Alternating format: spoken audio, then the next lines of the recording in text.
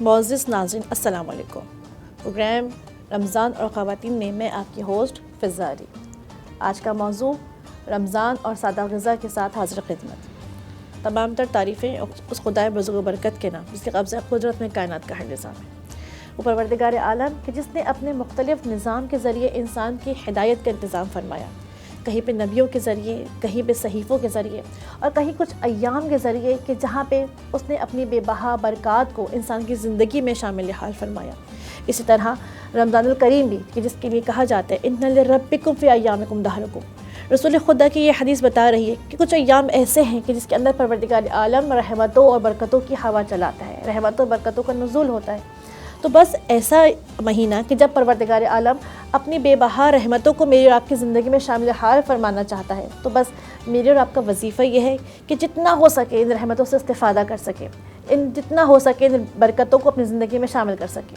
لیکن ہوتا کچھ اس طرح سے ہے کہ ہمارا کچھ کلچر اس طرح کا ہے، کچھ ہمارا رہن سہن اس طرح کا ہے، یا عادات کو کہہ لیجئے کہ ہم ان رحمتوں اور برکتوں سے کافی حد تک محروم ہو جاتے ہیں۔ کس وجہ سے؟ کہ ہم ان چیزوں پہ زیادہ توجہ دینے لگتے ہیں کہ جو ہماری ضرورت نہیں ہے، بلکہ ضرورت نہیں مضر صحت بھی ہے۔ یعنی رمضان کے اندر پورا میرا آپ کا فوکس کیا ہے کہ مجھ کو بہترین سحری کرنی ہے اور بہترین افطاری کرنی ہے۔ یہ رمضان جو برکات کو نازل کر رہا ہے، رحمتوں کو نازل کر رہا ہے، کس کے لیے؟ وہ مہینہ جس کے لیے کہا گیا کہ شہر صابرون، کہ یہ صابروں کا مہینہ ہے۔ اور اس مہینے کے اندر سب سے بڑی غلطی جو میری طرف سے ہوتی ہے وہ کیا ہوتی ہے کہ میں نے اس مہینے کو کھانے پینے والا مہینہ قرار دے دیا۔ صبح روزہ رکھنے کی نیت کے لیے جب میں اٹھتی ہوں، یہ سوچتے ہوئے کہ مجھے پورے دن روزہ رکھنا ہے، میرا پوری کی پوری توجہ کس طرف ہوتی ہے کہ میں زیادہ سے زیادہ ایسی غذا کا تناول کروں کہ مجھے پورے دن بھوک اور پیاس نہ لگے۔ عزیزان من، پروردگار عالم نے اس روزے کو کیوں قرار دیا؟ اس روزے کے اندر کھانے پینے کو ممنوع کیوں قرار دیا؟ اگر اس فلسفے کو سمجھ جائیں گے تو شاید از خود میرا آپ کا ہاتھ ان تمام آسائش زندگی سے رک جائے، کہ مجھے سمجھ میں آ جائے کہ پروردگار عالم نے اس روزے کو اپنی محبت میں قرار دیا۔ یعنی کہ کبھی کبھی انسان کو چاہیے کہ انسان کو جب بھوک لگے اور پیاس لگے تو وہ پروردگار عالم کے قریب ہو جائے۔ لیکن انسان ہے جو یہ سوچتا ہے کہ سحری کرتے وقت اس کے ذہن میں یہ ہوتا ہے کہ مجھے پورا دن کچھ نہیں کھانا، اور افطار میں یہ سوچ کے کھاتا ہے کہ مجھے پورا دن کچھ نہیں کھایا۔ عزیزان، اپنی زندگی میں اگر ہم سادگی اپنائیں، یعنی کہ کس حد تک سادگی اپنائیں، خداوند عالم کی کیا نعمات سے فیضیاب نہ ہو؟ کہنے والے نے یہ بھی کہا کہ خدا نے مجھے نعمات دی ہیں تو میں کیا ان نعمات سے بھرپور فائدہ نہ اٹھاؤں؟ خدا نے نعمات دی ہیں، خدا نے نعمات اس لیے بھی دی ہیں کہ تم اپنی طرف سے خدا کی راہ میں کسی کو دے سکو۔ کس حد تک مجھے ان نعمات سے استفادہ کرنا ہے، کس حد تک فیضیاب ہونا ہے، اور کس حد تک اپنے ہاتھ کو روک لینا ہے۔ ایک چھوٹی سی بات کرتی چلوں۔ عزیزان، میرے پاس بہترین دسترخوان ہے، انواع قسم کی جو ہے میرے پاس غذائیں موجود ہیں، میں اپنا شکم پر کر سکتی ہوں۔ لیکن محبت خدا، اور یہ محبت خدا جو روزے کا مفہوم بھی ہے، یہ محبت خدا جو روزے کا مقصد بھی ہے، میں اپنی زندگی کے اندر سے آسائش سے ہاتھ روک کر ضرورت تک اپنا ہاتھ لے کے آ جاؤں اور اپنی آسائش کے پیسوں سے کسی کی ضرورت کو پورا کر دوں۔ شاید روزے کا یہ مقصد بہت جلدی میری سمجھ میں آ سکے کہ روزہ جو مجھے صبر سکھا رہا ہے، استقامت سکھا رہا ہے، احساس سکھا رہا ہے، اپنی زندگی میں سادگی کو اپناتے ہوئے کسی کا دسترخوان کو میں ضرورت سے پر کر دوں۔ اگر اپنی آسائش پہ کنٹرول کروں تو شاید کتنے ہی لوگ ایسے ہیں کہ اس بات سے ان کے دسترخوان کے اوپر ضرورت کی چیزیں مہیا ہو جائیں۔ عزیزان من، کبھی یہ سوچا وہ پروردگار عالم کہ جس نے کہا کہ روزہ اس لیے فرض کیا گیا کہ آپ اپنی زندگی کے اندر تقوی کو شامل حال کر سکو۔ تقویٰ تو گناہ سے رکنے کا نام ہے، تقویٰ تو معصیت سے رکنے کا نام ہے، کہ کھانا پینا تو مباح ہے، کھانا پینا تو گناہ نہیں ہے۔ تو آخر کیوں میرے پروردگار عالم تو نے روزہ کے اندر مجھے کھانے پینے سے رکنے کو کہا؟ تو اس کا مفہوم اول جو میرے آپ کے ذہن میں یہ ہے، جو پہلا مفہوم میرے آپ کے ذہن میں آئے گا وہ یہ ہوگا کہ شاید دوسرے کا احساس کرنے کے لیے، شاید صبر کرنے کے لیے۔ لیکن اگر رسول خدا کی طرف جائے اور قول معصوم کو اپنائے، رسول خدا فرماتے ہیں کہ جس شخص نے اپنے آپ کو زبان کی لذات سے روک لیا، جس شخص نے اپنے زبان کی لذات پہ کنٹرول حاصل کر لیا، وہ دنیا کی ہر لذت اور ہر گناہ سے کنٹرول حاصل کر سکتا ہے۔ یعنی کہ زبان کی لذات میرے پاس وہ کی پوائنٹ ہے، ایک آسان طریقہ ہے کہ دنیا میں ہونے والے جو بڑے بڑے گناہ ہیں کہ جہاں سے رکنا میرے لیے بہت مشکل ہے، اگر میں اس لذت پہ کنٹرول حاصل کر لوں تو باقی گناہ کے باقی لذتوں کے اوپر مجھے صبر کرنا آسان ہو جائے گا، باقی لذتوں پہ کنٹرول حاصل کرنے میرے لیے آسان ہو جائے گا۔ تو بس سب سے پہلا کام کیا کرنا ہے کہ اپنے روزوں کے اندر جتنا ٹائم بچا سکتے ہیں بچائیں، اپنے بچوں کی تربیت کریں۔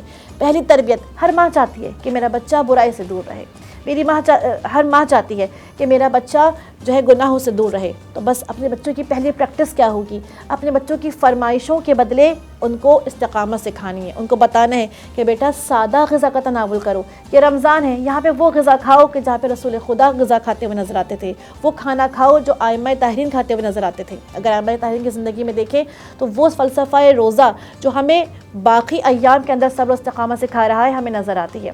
کیسے نظر آتی ہے کہ سادگی روزے کا عالم کیا ہے کہ 3 دن روزہ رکھا ہے اور 3 دن پروردگار عالم کی راہ میں دے دیا ہے۔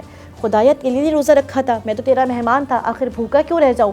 تو خدا کہے گا اگر تمہارا روزہ قبول ہے تو سمجھ جاؤ کہ آخر وقت کے اندر تم صابر ہو گئے یا نہیں ہو گئے۔ لیکن متاسفانہ ہمارے ساتھ کچھ الٹ ہو گیا، ہمارے ہاں آخر وقت کے اندر روزے کے اندر صبر تو کہیں تو کجا، صبر تو دور کی بات، ہم جلد بازی کو اپناتے ہوئے نظر آ گئے۔ کتنے ایکسیڈنٹ ہمارے ہاں آخری روزے کے اندر جب روزہ کھلنے کا وقت آتا ہے تو ہوتے ہوئے نظر آتے ہیں۔ ہمارے یہاں استقامت کی جگہ پکوڑوں کی دکان کے اوپر یا اس طرح کی دکانوں کے اوپر کھانے پینوں کی جگہ پہ رش ہوتا ہوا نظر آ گیا، پیشنس کی کمی نظر آئی۔ کیوں؟ کیونکہ ہم نے اپنے آپ کو، اپنے روزے کو فقط کھانے پینے تک محدود کر دیا تھا۔ یہ روزہ کھانے پینے کا نام نہیں ہے، یہ روزہ سادگی کا نام ہے، یہ روزہ اپنے اوپر کنٹرول کرنے کا نام ہے۔ تو بس سب سے پہلا کام یہ کرنا ہے کہ اپنے اندر سادگی لے کے آئے۔ اس کا فائدہ کیا ہوگا؟ آپ کی روح کی پرواز جو ہمارا موضوع چل رہا ہے، کہ روح کی پرواز آپ کو تکامل تک لے کے جائے گی، کمال تک لے کے جائے گی، آپ کے اندر حلم لے کے آئے گی، صبر لے کے آئے گی، استقامت لے کے آئے گی۔ آپ دیکھیے دنیا کے اندر وہ لوگ جس کے اندر آپ کو بہت زیادہ ٹھہراؤ نظر آئے گا، آج سائیکالوجی بھی یہی کہتی ہے، وہ لوگ جن کے اندر جو فوڈیز نہیں ہوتے، جن کے اندر پیشنس ہوتا ہے، جو کھانے پینے کے غلام نہیں ہوتے، جو شکم سیر کرنے کے عادی نہیں ہوتے، سب سے زیادہ حلم آپ کو ایسے لوگوں کے اندر نظر آئے گا۔ اور وہ لوگ جو شقی القلب ہوتے ہیں، سب سے پہلی نشانی ان کی کیا ہوتی ہے؟ وہ کھانے پینے کے شوقین ہوتے ہیں۔ اس لیے رسول خدا نے فرمایا کہ جس نے اپنے آپ کو لذتوں کے عادی ہونے سے بچا لیا، اس شخص نے اپنے آپ کو تمام تر گناہوں سے محفوظ کر لیا۔ اس بات کو مد نظر رکھتے ہوئے پہلا کام جو میری ماؤں بہنوں کا ہے وہ یہ ہے کہ اپنے سحری کے اندر سادگی اپنائیں۔ اب سادگی میں کیا کام کریں؟ ائمہ طاہرین کی زندگی پہ توجہ کریں، رسول خدا کی زندگی پہ توجہ کریں۔ آپ کیا کھاتے ہوئے نظر آتے تھے؟ آپ کیا پیتے ہوئے نظر آتے تھے؟ اگر ہم توجہ کریں تو پتہ چلے گا خرمے کا استعمال کرتے تھے، اگر توجہ کریں تو پتہ چلے گا کہ دودھ کا استعمال کرتے تھے، سادہ روٹی، جو کی روٹی۔ اور اگر اس کی فوائد کی طرف آئے تو ہمیں یہ بھی اندازہ ہوگا کہ جو ائمہ طاہرین رسول خدا، ان کی زندگی میں جو ہمیں چیزیں نظر آئیں واقعاً وہ ہمارے لیے فائدہ مند ہیں۔ اگر ہم اپنی زندگی میں کھجور کو شامل کریں، فقط اور فقط افطار میں نہیں، سحری کے اندر بھی اس کو شامل کریں تو ہمیں کیا نظر آتا ہے؟ آج سائنسز بھی اس بات کو پروف کرتی ہوئے نظر آتی ہیں کہ جب ہم روزہ رکھتے ہیں تو روزے کے بعد ہمارے جو منرلز اور وٹامن ضائع ہو رہے ہوتے ہیں، سب سے جلدی یہ چیزیں جو ہمارے ائمہ جو رسول خدا نبی کریم کھاتے ہوئے نظر آتے ہیں، یہ اس چیز کو پورا کرتے ہوئے نظر آتی ہیں۔ کہ سنت ہمارے لیے وہ نعمت ہے کہ زندگی آسان ہوتی ہوئی نظر آتی ہے، سادگی کے اندر انسان قوی ہوتا ہوا نظر آتا ہے۔ تو بس سنت وہ واحد طریقہ ہے کہ جس کے ذریعے ہم سادگی کے ساتھ ساتھ اپنی صحتوں کو بھی خیال رکھ سکتے ہیں اور اپنے معاشرے کا بھی خیال رکھ سکتے ہیں۔ واقعاً اگر انسان سادہ زندگی گزارے تو کتنے لوگ ایسے ہیں کہ ہم ان کے دسترخوانوں کو پر کر سکتے ہیں۔ دوسرا سادگی کا ہمیں کیا فائدہ نظر آتا ہے کہ اگر انسان شکم خوری کا عادی نہ ہو، لذتوں کا غلام نہ ہو، سب سے بڑا فائدہ یہ ہے کہ اس کی زندگی میں لذتیں برقرار رہتی ہیں۔ جیسے کہ مثال کے طور پر آج سے کچھ عرصہ پہلے، 10 سال پہلے، 15 سال پہلے، جب ہماری زندگی کے اندر ہم کبھی سوچتے تھے کہ ہمیں پزا کھانا ہے یا کچھ ایسی چیز جو عام دنوں میں ہم نہیں کھاتے تھے، تو ہمیں اس چیز کی لذت زیادہ محسوس ہوتی تھی بنسبت آج کے کہ آج ہم لوگ کھا بھی رہے ہیں، پی بھی رہے ہیں، لیکن آج ہماری زندگی میں ان چیزوں کی وہ لذت موجود نہیں ہے جو قبل موجود تھی۔ کیونکہ جب انسان کسی چیز کا عادی ہو جاتا ہے، عادت کر جاتا ہے، تو وہ چیز اپنی اہمیت کو کھو دیتی ہے۔ اور پھر کیا ہوتا ہے کہ انسان اسراف کرنا شروع ہو جاتا ہے، انسان اس چیز کو پھینکنا شروع ہو جاتا ہے۔ آج دنیا کے اندر جتنا رزق ضائع ہو رہا ہے، اس کی پہلی وجہ یہ ہے کہ انسان لذتوں کا عادی ہو گیا ہے، اور لذتوں کے عادی ہونے کی وجہ سے اس نے غذا کی ناقدری کرنا شروع کر دی ہے۔ پروردگار عالم قرآن پاک میں ارشاد فرماتا ہے، کُلُوا واشربوا ولا تسرفوا، کھاؤ پیو لیکن اسراف نہ کرو، کہا سب سے بڑا گناہ کیا ہے؟ شرک کے بعد سب سے بڑا گناہ کیا ہے؟ خدا کا سب سے ناپسندیدہ انسان کون ہے؟ کہا وہ جو اسراف کرتا ہے، جو خدا کی نعمتوں کی ناقدری کرتا ہے۔ جب نعمتوں کی ناقدری ہوتی ہے تو پھر برکات از خود اڑ جاتی ہے۔ اور یہ برکات کس قدر اہم چیز ہے کہ رمضان المبارک کو برکتوں والا مہینہ قرار دیا۔ جب ہم اس رمضان المبارک میں ایسی غلطیاں کریں گے کہ ہماری زندگی سے برکات اڑ جائیں گی، تو اس رمضان المبارک کے فیض کو ہم حاصل کیسے کر سکتے ہیں؟ ہم اس رمضان المبارک سے کیسے کچھ سیکھ سکتے ہیں؟ تو بس عزیزان من، اپنی زندگی میں اگر ہم سادگی اپنائیں گے، اپنے آپ کو لذتوں سے محفوظ رکھیں گے، تو سب سے پہلا فائدہ کیا ہوگا؟ میری زندگی میں برکتیں نازل ہوتی چلی جائیں گی، میرے حوالے سے میں انفاق کر سکوں گی، میں کسی کو کچھ دے سکوں گی۔ اور واقعاً پروردگار عالم کو جو عمل سب سے زیادہ محبوب ہے، جب خدا سے پوچھا گیا پروردگارہ تجھے سب سے زیادہ محبت کس شخص سے ہے، تو کہا وہ شخص جو دوسروں کو کھانا کھلاتا ہے اور دوسروں کو لباس پہناتا ہے۔ یہ رمضان المبارک بہترین موقع ہے کہ اپنی زندگی میں سادگی کو اپناتے ہوئے ہم کسی کو لباس پہنا دیں، کسی کے دسترخوان کو پر کر دیں۔ جب لباس کی بات آتی ہے تو ہم کیسے بھول سکتے ہیں اس بی بی کو، رسول خدا کی دختر کو، کہ آپ کے پاس اگر 2 لباس تھے تو ایک لباس خدا کی راہ میں انفاق کر دیا، خدا کی راہ میں خیرات کر دیا۔ تو بس اس بات کو، اس واقعے کو مد نظر رکھتے ہوئے میرے آپ کے پاس کتنا وسیع پیمانہ موجود ہے، ہم کیا کچھ خدا کی راہ میں نہیں دے سکتے، ہم کیا کچھ دے کے خدا کی راہ کے اندر نیکیوں کو حاصل نہیں کر سکتے۔ اسی لیے اس رمضان المبارک کو شہر المساوات بھی کہا گیا، بھائی چارے کا مہینہ بھی کہا گیا، برابری کا مہینہ بھی کہا گیا۔ کیوں کہا گیا؟ کیونکہ اس مہینے کے اندر غریب اور امیر کے فرق کو مٹا دینا ہے، سب کے دسترخوانوں کو پر کر دینا ہے، سب کو لباس پہنا دینا ہے، چاہے وہ غریب ہو چاہے وہ امیر ہو۔ ہر بچے کا شکم سیر ہونا چاہیے، ہر بچے کے چہرے پہ مسکراہٹ ہونی چاہیے۔ اسی وجہ سے یہ ذمہ داری ہے کہ اپنی زندگی میں سادگی کو اپناتے ہوئے، اپنے سحری اور افطاری پہ اپنے آپ پہ کنٹرول کرتے ہوئے ہم اس بات کو واضح کر سکیں کہ واقعاً میں نے رمضان المبارک سے کچھ سیکھا ہے، رمضان نے میرے اوپر کچھ اثر کیا ہے۔ ہم دنیا کو یہ بتا سکیں کہ رمضان المبارک کے پروردگار عالم کا جو نظام ہے، یہ نظام الہی ہے، یا اسلام کے اندر ہر چیز پروردگار عالم کی وہ لاجیکل ہے۔ خدا نے کسی چیز کو بے مقصد قرار نہیں دیا۔ جس طرح سے نماز برائیوں سے روکتی ہے، اس طرح روزہ ہمیں صبر، استقامت، بھائی چارہ دینا اور پروردگار عالم کی مخلوق کا احساس کرنا سکھاتا ہے۔ کیونکہ اگر ہم اس چیز کو نہیں اپنائیں گے، ہم کس طرح سے دنیا والوں کو یہ بتا سکیں گے کہ یہ واقعاً یہ رمضان ہمیں کچھ سکھا رہا ہے۔ تو اسلام بے مقصد دین نہیں ہے، رمضان بے مقصد نہیں ہے۔ اگر ہم ان تمام چیزوں پہ عمل کریں گے تو واقعاً یہ مسلمان جو اپنے وقت کھو چکے ہیں، اپنے وقت کو واپس پالیں گے۔ کیونکہ جس طرح سے اصول دین کیا ہے؟ اصول دین کس کہتے ہیں؟ دین کی جڑوں کو۔ توحید اصول دین ہے۔ فروع دین کسے کہتے ہیں؟ فروع دین توحید کے نتیجے میں، اسلام پہ عمل کرنے کے نتیجے کے اندر ہم جتنی عبادات کو انجام دیتے ہیں اسے فروع دین کہتے ہیں۔ یعنی کہ اگر اصول دین ایک درخت کی جڑیں ہیں تو فروع دین کیا ہے؟ اس درخت کی شاخیں ہیں۔ اصول دین توحید ہے، اس کا اثر کیا ہے؟ اس کا اثر وہ شاخ ہے جو روزہ ہے، جو نماز ہے، جو حج ہے، جو زکوٰۃ ہے۔ عزیزان من، کبھی آپ نے دیکھا کہ ایک جڑ ہو اور ایک شاخ ہو لیکن اس پہ پھل نہ ہو، اس پہ پتے نہ ہو؟ کیا فائدہ ہے اس درخت کا کہ اس کی جڑ بھی ہے، اس کی شاخ بھی ہے، لیکن وہ نہ سایہ دے سکتا ہے اور نہ پھل دے سکتا ہے؟ کیا ہوتا ہے؟